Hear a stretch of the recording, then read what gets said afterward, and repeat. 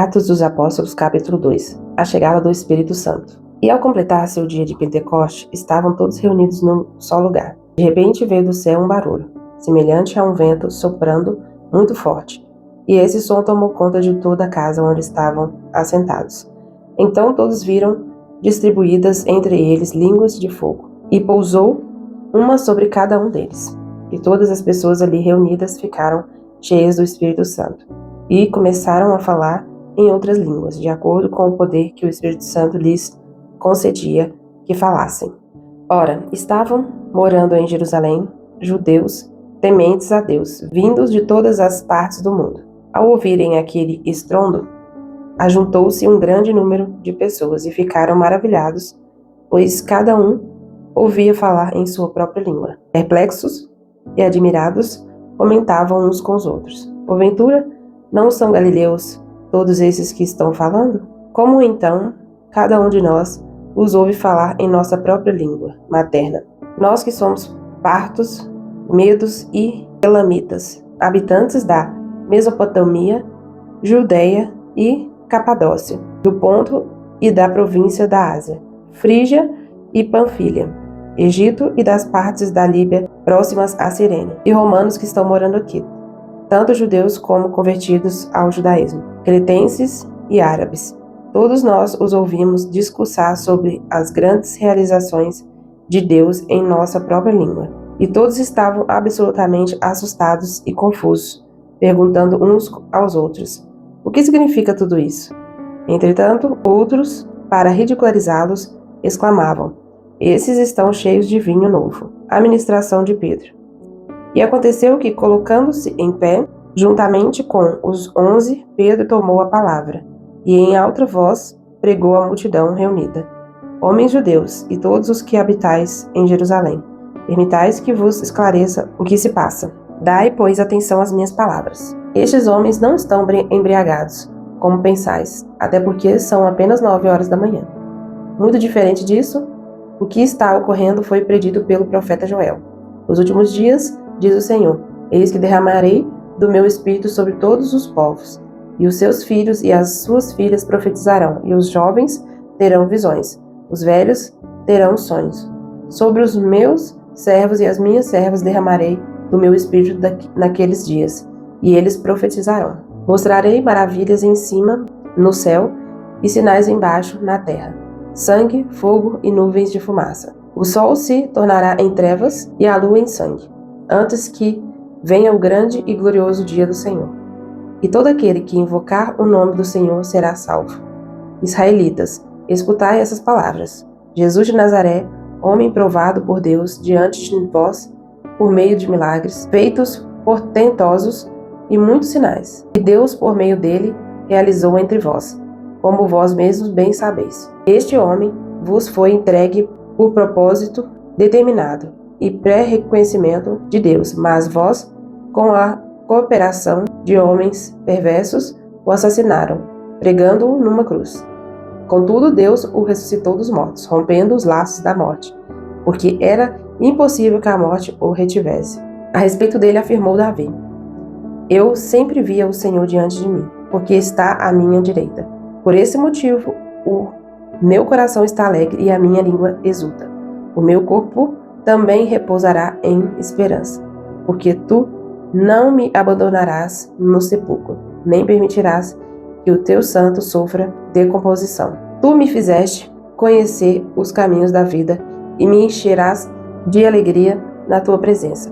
Caros irmãos, concedei-me a licença de falar-vos com toda a franqueza que o patriarca Davi morreu e foi sepultado, e o seu túmulo está entre nós até o dia de hoje.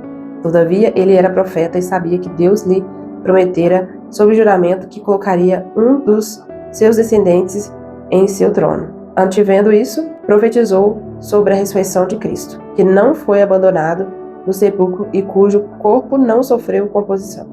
Deus ressuscitou este Jesus, e todos nós somos testemunhas desse fato. Exaltado à direita de Deus, ele recebeu do Pai o Espírito Santo prometido e derramou o que vós agora vedes e ouvis. Porquanto Davi não foi elevado aos céus, mas ele mesmo declarou: O Senhor disse ao meu Senhor: senta-te à minha direita, até que eu ponha os teus inimigos como estrato para os teus pés. Sendo assim, que todo o povo de Israel tenha absoluta certeza disso. Este Jesus, a quem vos crucificastes, Deus o fez Senhor e Messias. Os primeiros cristãos, ao ouvirem tais palavras, ficaram agoniados em seu coração e desejaram saber de Pedro e dos outros apóstolos. Caros irmãos, o que devemos fazer? Orientou-lhes Pedro: arrependei-vos e cada um de vós seja batizado em nome de Jesus Cristo para o perdão de vossos pecados, e recebereis o dom do Espírito Santo. Porquanto a promessa pertence a vós, a vossos filhos e a todos os que estão distantes, enfim, para todos quantos o Senhor vosso Deus chamar. E com muitas outras palavras dava seu testemunho pessoal e os encorajava, proclamando: sede salvos desta geração que perece. Assim todos quantos aceitaram a sua palavra foram batizados. E naquele mesmo dia juntaram-se a eles cerca de 3.000 pessoas. Como viviam os novos cristãos? Eles perseveravam no ensino dos apóstolos e na comunhão, no partir do pão e nas orações. E na alma de cada pessoa havia pleno temor. E muitos feitos extraordinários e sinais maravilhosos eram realizados pelos apóstolos. Todos os que criam estavam unidos e tinham tudo em comum. Vendiam suas propriedades e bens, e dividiam o produto entre todos, segundo a necessidade de cada um. Diariamente continuavam a reunir-se no pátio do templo. Partiam o pão em suas casas e juntos participavam das refeições, com alegria e sinceridade de coração, louvando a Deus por tudo e sendo estimados por todo o povo. E assim, a cada dia o Senhor juntava à comunidade as pessoas que iam sendo salvas. Vou comentar essa última parte. É interessante, né, que a conversão desses cristãos, eles foram tocados por Deus depois de presenciarem o milagre de Cristo e depois também da pregação de Pedro. Eles viram que estavam errados e que Jesus Cristo era o Filho de Deus e que eles precisavam de mudança. E assim eles mudaram. E nós vemos que a mudança deles, né, dos novos cristãos, era uma mudança tão verdadeira a ponto de eles repartirem as coisas que eles tinham uns com os outros, estarem unidos em comunhão, em oração.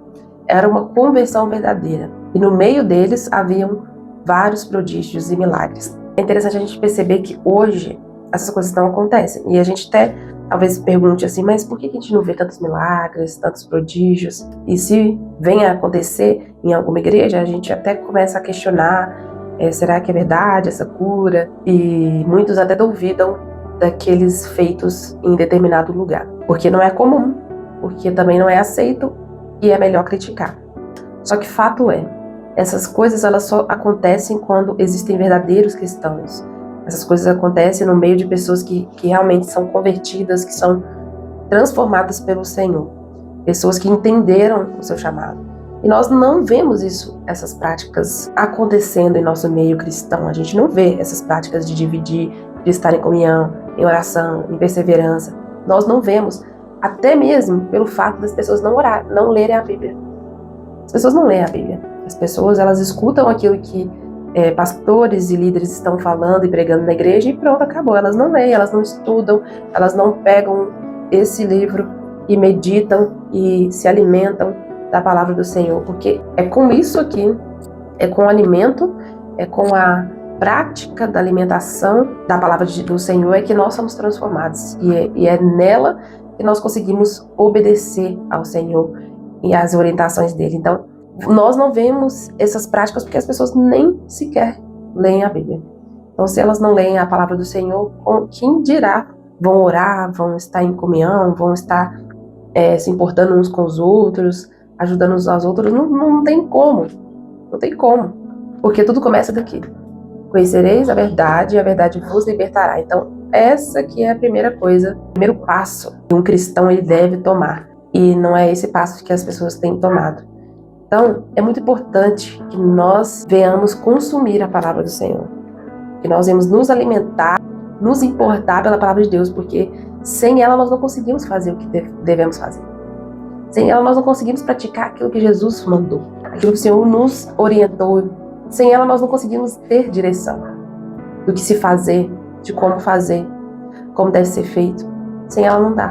Então, é muito importante que nós tenhamos amor pela palavra do Senhor, que nós dediquemos a leitura bíblica. Muito difícil entender algumas partes, mas nós precisamos perseverar naquilo que nós entendemos, perseverar na palavra do Senhor e praticar. E é por isso que é muito importante que nós venhamos nos alimentar da palavra do Senhor. Vamos orar. Senhor Deus querido e santo, nós te agradecemos pela tua palavra, nós te agradecemos por mais um dia conhecendo, estudando, aprendendo mais de ti, Deus. Que o Senhor nos ajude a ser verdadeiros cristãos, verdadeiros servos do Senhor, pessoas que praticam a tua palavra, pessoas que praticam as tuas orientações, que nós não venhamos ser cristãos de modinha como tem sido hoje em dia em nosso meio.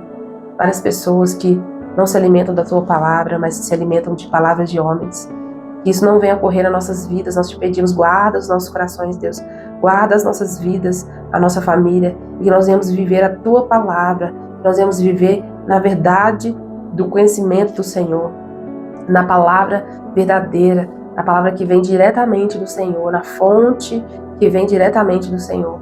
Em nome de Jesus, que o Senhor venha nos guardar de todo ensinamento errado, de toda orientação errada, que o Senhor venha nos guardar de todo mal que há em nós, coisas que nós somos impulsionados a fazer, práticas desleixadas, Deus. Às vezes nós somos negligentes com a tua palavra, negligentes com a busca pelo Senhor, e que o Senhor venha nos livrar do ser humano que nós somos, da carne, da nossa carne, das práticas carnais que habitam em nós. Que o Senhor venha nos ajudar a alimentar o nosso espírito, enfraquecer a nossa carne. Nós vamos buscar nos alimentar do Senhor, da palavra do Senhor, da direção do Senhor, daquilo que vem do Senhor, para que nossa carne ela seja enfraquecida. Para a glória do Senhor, nós pedimos que o Senhor nos ajude a permanecer no Senhor, na tua palavra. Nós vamos ter uma vida de santidade, uma vida separada para o Senhor, para servir e agradar ao Senhor. Em nome de Jesus. Amém.